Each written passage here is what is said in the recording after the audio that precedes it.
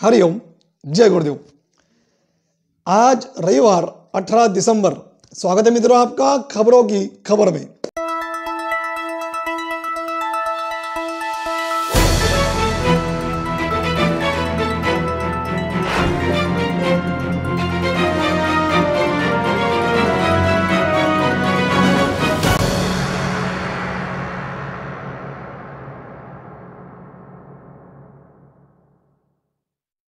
आज मैं आपको कल 17 दिसंबर को दैनिक सनातन प्रभात में छपी एक खबर सुना रहा हूं। आपने इस वीडियो का टाइटल देखा, इसका थंबनेल देखा, इसका टाइटल पढ़ा आपने तो एक मौलवी जो फरार है लेकिन मीडिया की नजरों से बचा है केवल आसाराम जी बापू की वजह से, वो खुलासा मैं पूरा जरूर अभी करूंगा। उसके पहले वो पूरी खबर क्या है वो तो आप सुन लीजिए। दैनिक सनातन प्रभात में एक दिल्ली की ये न्यूज है कल की। तो दिल्ली के एक मदरसा के मौलवी ने 12 वर्ष के बच्चे पर लैंगिक अत्याचार किए, उसका लैंगिक शोषण किया। अब ये जो है मौलवी, ये मोहम्मद जावेद नाम है इसका। मोहम्मद जावेद नावाच्या मौलवीने मदरशामध्ये शिकणारे का बारे मुली, ये मराठी में मैं आपको समझा रहा हूँ, हिंदी में बता रहा हूँ। मौलवी जो विद्यार्थी है, जो छात्र, उसको बेहोश करके उसके साथ दुष्कर्म करता रहा। कई बार उसने उसको धमका कर भी उसके साथ अत्याचार किए। अब जब उसके घर वालों को यह पता चला, पुलिस में शिकायत हुई, तो पॉक्सो की धारा अंतर्गत मामला दर्ज हुआ और वो मौलवी अभी फरार है। अभी एक ये कोई पहली घटना नहीं है, इसी में लिखा है दैनिक सनातन प्रभात की इसी न्यूज में, इसी खबर में यह भी लिखा है कि दिल्ली में ये कोई हमारे देश की राजधानी दिल्ली राजधानी है और ऐसी दिल्ली में ये घटना कोई पहली बार नहीं हुई। तो इसके पहले दिल्ली का ही करावल नगर है, करावल नगर की जो मदीना मस्जिद है, वहां के मौलाना ने 11 वर्ष के बच्ची पर बलात्कार किया था। 11 वर्ष के बच्ची पर करावल नगर, दिल्ली का करावल नगर, वहां की मदीना मस्जिद, 11 साल के बच्ची पर एक मौलाना वहां का अत्याचार कर रहा है। तो मौलाना अभी आप सबको पता ही है कि जिसका धर्म शिक्षण जो देता है, धर्म मतलब अभी आप उनका धर्म मुस्लिम धर्म, वो मौलाना, और वो ऐसा अधर्म कर रहा है। इसके बाद झारखंड में 12 दिसंबर 2022 को, मतलब इसी महीने 12 दिसंबर, अभी इसी महीने की बात, इस दिन, आज की तो 18 है ना, अभी 6 दिन पहले की बात है, ये भी सोमवार 12 दिसंबर। तो झारखंड में ऐसा ही एक प्रकरण सामने आया है मित्रों। वहां पे एक मदरसा के इमाम ने 8 साल की बच्ची पर बलात्कार किया झारखंड में। तो देखिए मित्रों, अब ये मौलवी तो फरार है, जिसपे पॉक्सो की धारा लगी हुई है, मामला दर्ज हो गया है, वो फरार है। लेकिन मैंने जो टाइटल में लिखा है या थंबनेल में आपने देखा कि आसाराम जी बापू की वजह से मीडिया के कैमरे से बचा हुआ है ये मौलवी। वो कैसे, तो सुनिए। 2013 में बापूजी पर एक झूठा आरोप लगाकर उनको एक बड़ी साजिश रचकर, एक बड़े षड्यंत्र के तहत उनको जेल भेजा गया। आखिर क्यों? कमेंट में आप भी जवाब दीजिए। मैं तो बता रहा हूं, मैं तो चर्चा कर ही रहा हूं, आप भी कमेंट जरूर कीजिए। क्यों उनको कारावास में डाला गया? उन्होंने धर्मांतरण को रोका, उन्होंने सनातन धर्म व सनातन संस्कृति का प्रचार प्रसार किया। लाखों, हजारों, लाखों नहीं, करोड़ों करोड़ों लोग उनके अनुयायी बने और बन रहे थे, संख्या बढ़ती जा रही थी, और इसीलिए बापूजी को कारावास में डाला गया। अब इसमें बिकाऊ मीडिया को विदेश से अरबों रुपए आए, टीआरपी और पैसे के लिए खूब बदनाम किया गया बापूजी को। लेकिन उद्देश्य क्या था इसके पीछे? टीआरपी और पैसा तो मीडिया का उद्देश्य था उनका, उनको तो सिर्फ टीआरपी और पैसा ही चाहिए। लेकिन उनको ये पैसा दिया क्यों गया? क्योंकि सनातन धर्म को बदनाम कर रहा था, हमारे साधु संतों को बदनाम करना था, हमारी संस्कृति को बदनाम करना था। अब मीडिया को जब इतनी मोटी रकम मिल गई और उन्होंने हमारे संत को बदनाम किया, तो मीडिया को तो भाई ये आदत लग गई ना उनको, तो ये मतलब बस हिंदू साधु संतों को बदनाम करो और पैसा कमाओ।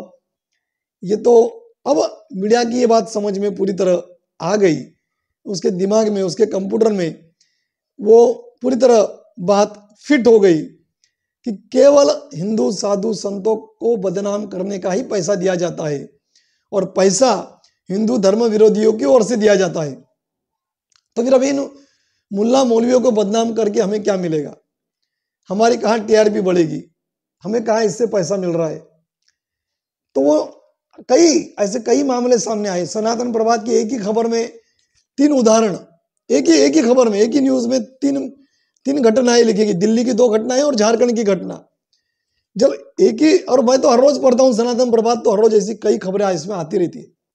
इसमें और भी कई होंगी ऐसी, बलात्कार, छेड़छाड़ और लव जिहाद, कितने मामले। तो मुल्ला और मौलवी की नहीं, फादर, चर्च में भी ऐसी घटनाएं कई होती है, लैंगिक शोषण की, नाबालिग बच्चों के साथ क्या क्या होता है, दुष्कर्म होते हैं चर्च में भी।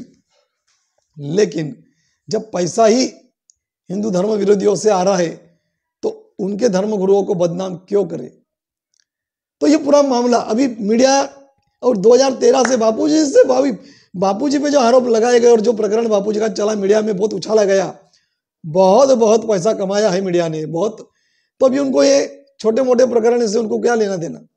एक मौलवी फरार हो गया, उसकी खबर दिखा के इनको उसमें क्या इंटरेस्ट, इनको क्या उसमें रुचि, इनको क्या मिल रहा है? कुछ भी नहीं मिलेगा, कुछ भी नहीं मिलेगा। हाँ, मिलेगा जरूर मिलेगा। क्या मिलेगा? कमेंट कीजिए।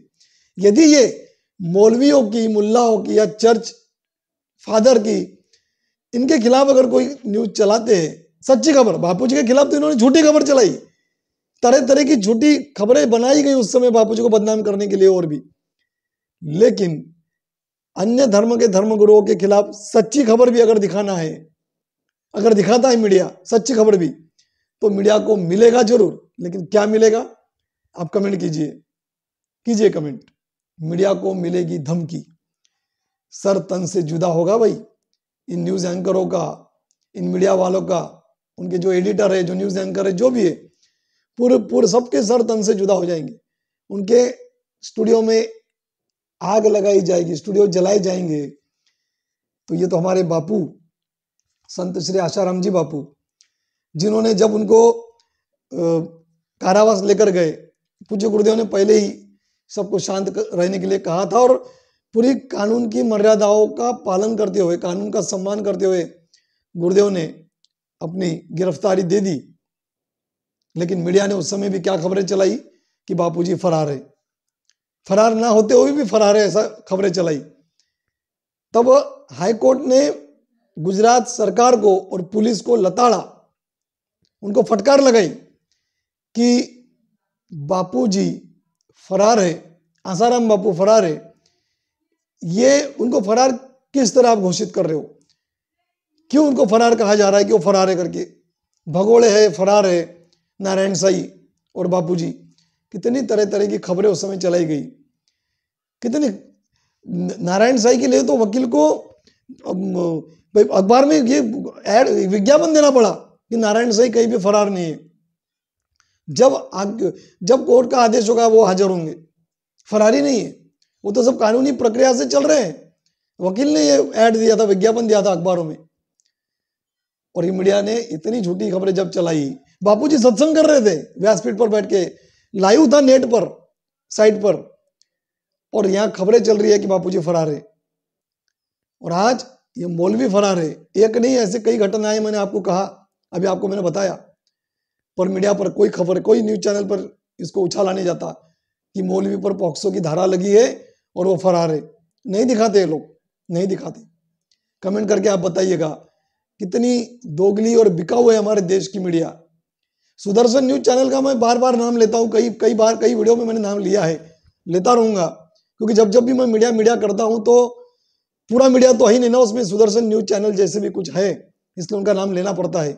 और भी है कुछ ऐसे, अभी तो कई यूट्यूबर भी है जो अपने चैनल के माध्यम से गुरुदेव की बात रख रहे हैं, उनको साधुवाद है। दैनिक सनातन प्रभात जैसे समाचार पत्र को साधुवाद है।